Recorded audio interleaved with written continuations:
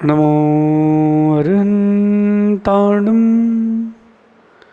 नमो सिद्धाणं नमो आयरियाणं नमो वज्रायाणं नमो लोये सवसाउणं। पंच परमेष्टि भगवंतों की, गणाचार्य भगवान विराग सागर जी महामंडराज की, पट्टाचार्य भगवान गुरुवर विशुद्ध सागर जी महाराज की, या हम सभी अपने जीवन में सुख और गुणों की अभिवृद्धि के लिए नीति के विषयों का श्रवण कर रहे हैं। नीतिकार आपको आपके गुण बढ़ाने की शिक्षा देते हैं, प्रेरणा देते हैं, लेकिन बात गहरी है ये है कि सुनते तो सब हैं, लेकिन गुनने का काम बहुत कम लोग कर पाते हैं। जो आपकी सफलता है, आपकी ऊंचाइयां हैं, वो आपके कारण आपको मिलती है, और उनमें एक मुख्य कारण होता है आपका लोगों से कैसा व्यवहार है, आपका लोगों के साथ कैसा वाक्य व्यवहार है। एक तो व्यवहार और दूसरा है वाक्य व्यवहार। आप किस प्रकार से लोगों से वाक्य व्यवहार करते हैं। अगर आपकी लैंग्वेज, आपकी टोन ये व्यवस्थित नहीं है तो आपका जो व्यक्तित्व रहेगा वो धूमिल हो जाएगा। तो जब भी किसी से आप वाक्य व्यवहार करें, बहुत अच्छे से सोच समझ के करें। बचपन में कहा जाता था कि तोल मोल के बोल, आप लोगों ने सुना होगा। तोल मोल के बोल, जब भी बोलो तो तोल मोल के ही बोलो। बिना तोले मोले आपने बोल दिया तो गलत शब्द निकल जाएंगे, और एक गलत शब्द जो निकल जाता है वो कई भव तक चोट देता रहता है। एक जन्म नहीं, कई जन्म तक भी वो चोट दे सकता है। आदमी शरीर की जो चोट जो होती है वो तो भूल जाता है, लेकिन जो उसके शब्दों से उसको चोट लगती है वो इंसान कभी भूल नहीं पाता है। शब्दों की चोट से ज़रूर बचें। आज की नीति में एक बड़ी गहरी बात कह रहे हैं कि कौन सी बात कहाँ, कब, क्या, क्यों, कैसे कही जाती है। इतना सा अगर आपको पता हो तो आपकी हर बात सुनी जाती है। कौन सी बात कब, कहाँ, क्यों, कैसे कहना है, कैसे कही जाती है, अगर आपको ये पता है तो आपकी सारी बात, हर व्यक्ति आपकी हर बात सुनेगा। टाइमिंग का खेल है। बड़े बड़े खिलाड़ी मैदान में टाइमिंग में ही खेलते हैं। इतनी फास्ट बॉल आई कि उसने टच बस किया, उसने कुछ प्रेशर नहीं लगाया। आपको लगता है कि उसने बैट्समैन ने कितनी मेहनत करी, बहुत तेज बैट घुमाया है, उसे सिर्फ टच किया है, और उसने टच किया, इतने में बॉल मैदान के बाहर। टाइमिंग। तो जब भी आप किसी से वाक्य व्यवहार करें, एक आपके पास टाइमिंग होना चाहिए। कब कहना है, क्या कहना है, कैसे कहना है, किससे कहना है और क्यों कहना है। ज़रूरी हो तो कहो, नहीं हो तो चुप रहो। हर व्यक्ति को लगता है कि उसने जो कुछ भी कहा है ना, उसको हर कोई सुन ले, एक्सेप्ट कर ले। लगता कि नहीं? आपने सर्वेंट से कोई बात कही तो लगता है कि वो सुन ले, एक्सेप्ट कर ले। फैमिली में किसी से कही तो लगता है कि वो मेरी बात जो मैंने कही है वो एक्सेप्ट कर ले। बट आपकी हर बात एक्सेप्ट नहीं की जाती, क्योंकि कई बार वक्त गलत रहता है कहने का, कई बार आपका वक्त गलत रहता है। अगर आप टाइम पर बात करते हो और उसको प्रेजेंटेशन अच्छे से करते हो तो मेरा मानना है कि व्यक्ति आपकी बात सुनेगा, गुनेगा, एप्रिशिएट भी करेगा, आगे फॉरवर्ड भी करेगा। 2-3 दिन पुरानी बात है। एक भाई मेरे पास आए रात्रि में, जैन नहीं थे। वो बोले कि मैं आपको सुनता हूँ और भगवान से दुआ करता हूँ कि आपकी आवाज़ को कभी कुछ हो ना। मैंने सब इशारे में पूछा क्योंकि मेरा तो मौन था कि क्या हो गया। बोले नहीं, आपकी जब बात सुनते तो सीधा हृदय पर जाती है। तो मैं सोच रहा था कि आप लोगों की बात भी हृदय तक जा सकती है, बस आपके पास कहने का तरीका होना चाहिए। एक माँ अपने बेटे को, जिसको एक रोटी खाना है, उसके पेट में एक रोटी की जगह है, फिर भी माँ 1.5 रोटी की जगह कैसे कर लेती है? कभी सोचा? एक रोटी के छोटे छोटे टुकड़े करती है, उसके सामने एक ही रोटी रखती है, आधी चुपचाप रख लेती है, फिर ये वाला दादी का, ये वाला चाचा का, ये वाला बुआ का, ये वाला मौसी का, ऐसे छोटे छोटे एक एक ग्रास करते करते बच्चे को एक रोटी खाना थी, माँ ने 1.5 रोटी खिला दी और चावल भी खिला दिया। जगह कहाँ से आ गई? बच्चे के पेट में वो जगह कहाँ से आई? आपके शब्दों से आई। 1 मिनट के लिए अज्यूम करो कि आपको भूख लगी थी, आप कहीं भोजनालय में गए या किसी के यहाँ भोजन करने गए और उसने कहा लो रोटी खा लो, यूं फेंक करके उसने रोटी दी और कहता है लो रोटी खा लो। मुझे बताइए, फेंकी हुई रोटी थाली में ही आई थी, उस रोटी का स्वाद बदल गया। और कोई कह रहा है कि भाई अगर आपने एक रोटी और नहीं ली तो हमसे बुरा कोई नहीं होगा। एक रोटी फेंक रहा है, लो एक और खा लो, उसके शब्द सॉफ्ट हैं, एक डांट रहा है कि एक रोटी और खाओ, ये तो संबंध खत्म हो जाएगा भाई साहब, एक तो खानी पड़ेगी। उसकी डांट में भी प्यार है और उसके प्यार में भी डांट है, कारण प्रेजेंटेशन, वे ऑफ टॉकिंग। जब भी मौका मिले किसी से संवाद करने का, आपके शब्द मोती की तरह बिखर जाएं, कांटे की तरह चुभे ना, क्योंकि घाव तो शरीर के भर जाते हैं, लेकिन वो शब्दों के जो कांटों के जो शब्द होते हैं वो चुभते हैं। कांटों की तरह जो शब्द होते हैं वो चुभते हैं। एक कथा मैंने गुरुजी के मुख से सुनी थी। उसमें एक किसान जंगल जाता है लकड़ी काटने के लिए, और जो लकड़ी काटता है वो काटते काटते उसको पीछे देखता है तो एक शेर आगे खड़ा हो जाता है।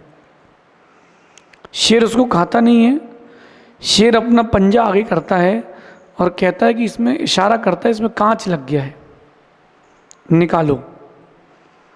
वो किसान कहता है भी मैं निकाल दूंगा तो तुम तो मुझे खा जाओगे। बोले नहीं खाऊंगा, तुम इसको निकालो, मैं जिंदगी भर दोस्ती निभाऊंगा। किसान ने शेर की बात मान ली, कांच निकाला, शेर जिंदगी भर के लिए उसका दोस्त हो गया। किसान कहता है उससे आओ तुमको घर छोड़ के आता हूं। शेर किसान से कहता है कि आओ बैठो तुमको घर छोड़ के आता हूं। किसान ने बड़ी लकड़ी रख ली, शेर के ऊपर बैठ गया और शेर उसको जंगल से घर तक ले गया। पूरे मोहल्ले के लोग परेशान, गांव का गांव खाली हो गया, शेर आ गया है। शेर ने उसको छोड़ा और वापस चला गया। अब शेर की उसकी दोस्ती हो गई, म्यूचुअल हो गया, लेकिन किसान जो था वो बड़ा सेल्फिश था। वो क्या करे, उसने एक बार तो शेर की मदद कर दी, लेकिन उसने मन बना लिया कि अब जिंदगी भर उससे लेना है।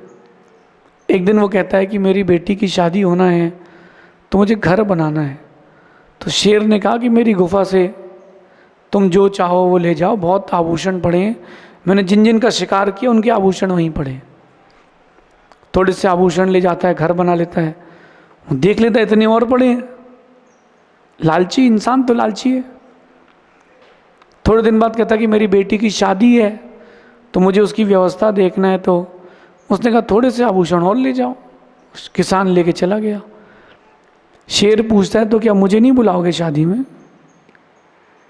किसान कहता कि तुमको तो आना है, तुम तो मेरे मित्र हो। सब बात हो गई। जिस दिन शादी थी शादी के मंडप में शेर का प्रवेश, अफरा तफरी मच गई, सब लोग यहाँ वहाँ भागने लगे। शेर पास में ही आया ही था तो कोई कहता है किसान से कि भाई शेर आ रहा है। अरे बोले वो शेर नहीं गधा है। किसान ने कहा कि अरे वो शेर नहीं गधा है, शेर होता तो दिमाग वाला होता है, तो गधा है। शेर के कान में जैसे ही शब्द पड़ते हैं शेर मुड़ जाता है, जंगल की ओर चला जाता है।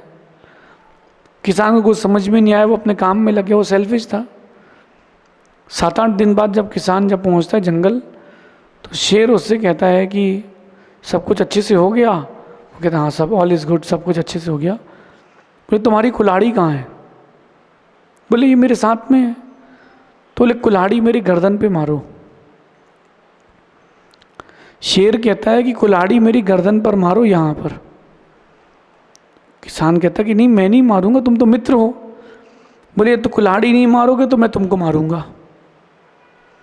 किसान को समझ में नहीं आया क्या नहीं करता, मरता क्या नहीं करता।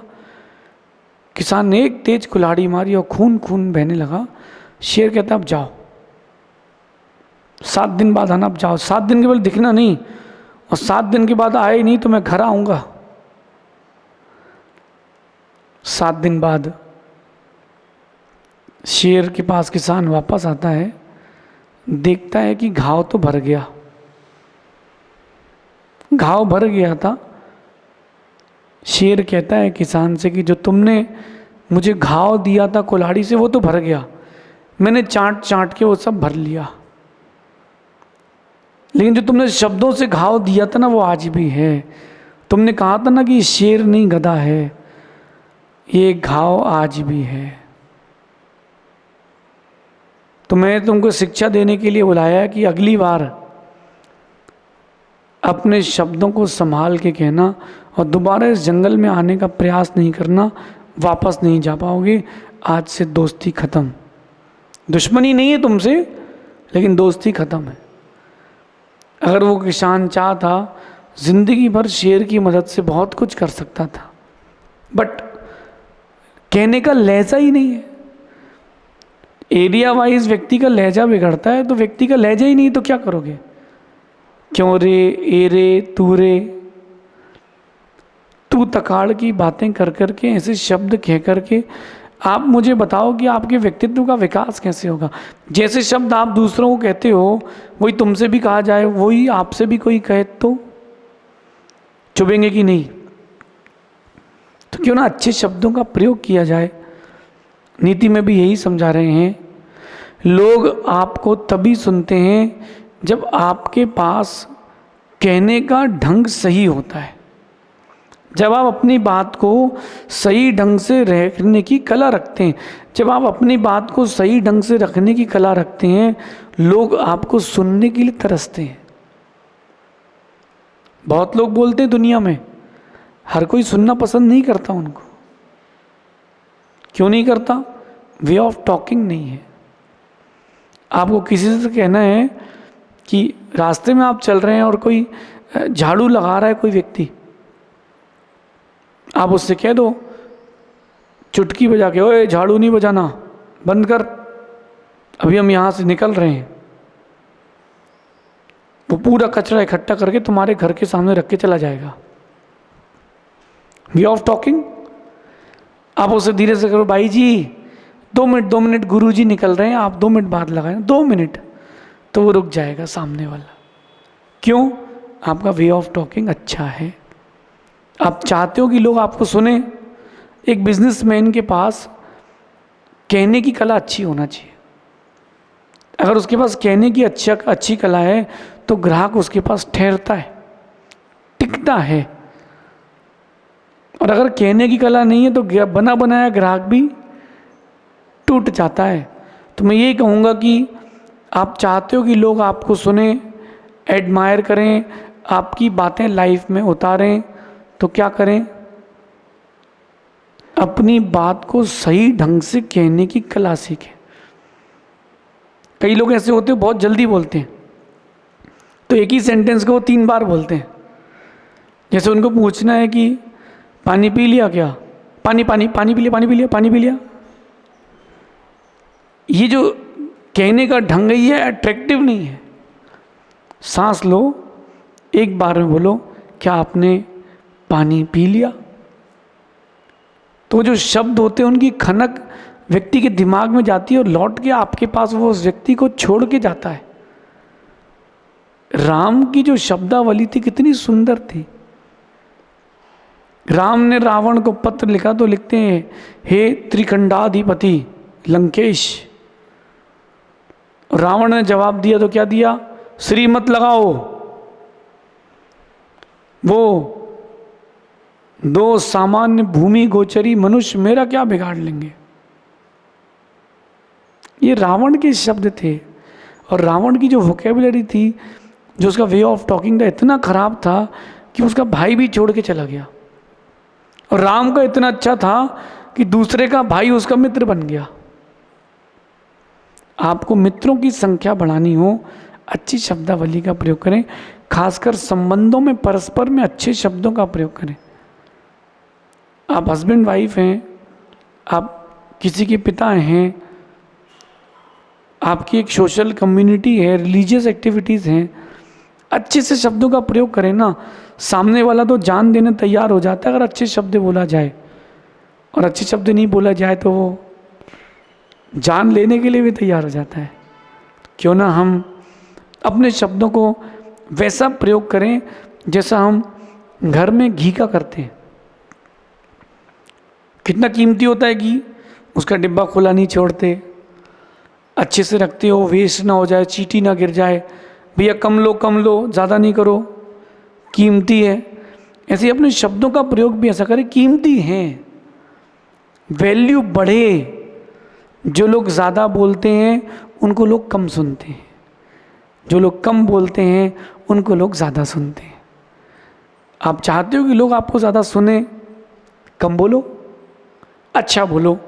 जितने शब्द बोलो वो हृदयग्राही होना चाहिए।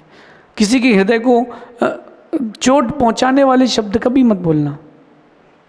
मेरा तो ये मानना है कि बात रखने की कला ना हो तो चुप रहने की कला सीख लो। अगर आपके पास कहने की कला या अपनी बात रखने की कला नहीं है तो चुप रहो, कम से कम झगड़ा तो नहीं होगा। अगर आपके पास बात रखने की कला नहीं है और चुप रहने की कला है तो कम से कम सफलता मिले ना मिले, झगड़ा तो नहीं होगा। ये नीति आपके व्यक्तित्व के विकास के लिए है। कहते हैं कि कौन सी बात कब कहाँ कैसे कही जाती है, अगर ये आपको मालूम हो तो आपकी हर बात सुनी जाती है। आप चाहते हो कि लोग आपकी हर बात सुने तो आपके पास प्रेजेंटेशन अच्छा होना चाहिए। खाने का प्रेजेंटेशन अच्छा हो तो एक रोटी व्यक्ति ज़्यादा खाता है।